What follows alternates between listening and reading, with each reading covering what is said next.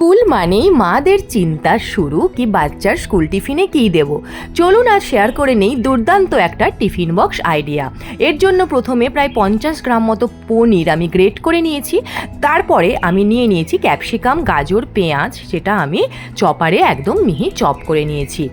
তারপরে পনিরের সঙ্গে চপড ভেজিটেবলসগুলো মেশালাম, দিয়ে দিলাম একটু স্বাদ মতো নুন, গোলমরিচ ও চাট মশলা, চিল্লি ফ্লেক্স, দেখুন অল্প দিলাম আমি মৌরি, এইটা কিন্তু একদমই স্কিপ করবেন না, মৌরিটা অবশ্যই অ্যাড করবেন, আর একটু গোটা জিরে আর গোটা মৌরিটা অবশ্যই অ্যাড করবেন, আর দিয়ে দিলাম একটুখানি পিৎজা মিক্স। তারপরে আমি একটু হালকা হাতে ওটাকে একটুখানি মিক্সড করে নিলাম।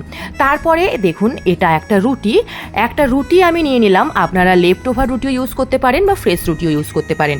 রুটিটা নিয়ে মাঝখানে আমি একটু মেয়োনিজ আর টমেটো সস দিয়ে ভালো করে পুরোটা স্প্রেড করে দিলাম। তারপরে ওই যে পনিরের মিক্সচারটা সেটা এবারে ওপরে পুরোটা স্প্রেড করে লাগিয়ে নিলাম। এবারে তাওয়ায় ভালো করে একটু বাটার দিয়ে ওই পনিরের যে পার্টটা, পনিরের সাইডটা, ওই সাইডটা করে আমি ওইটা বাটারের ওপরে দিলাম, দিয়ে ভালো করে বেশ কিছুক্ষণ ধরে কিন্তু এটা সেঁকে নিতে হবে।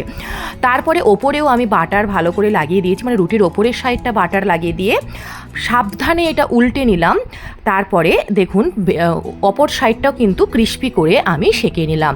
এবারে যেই দিকটা পনির সাইডটা সেঁকা হয়ে গেছে তার উপরে আমি একটু চিজ স্প্রেড করে নিলাম, ব্যাস।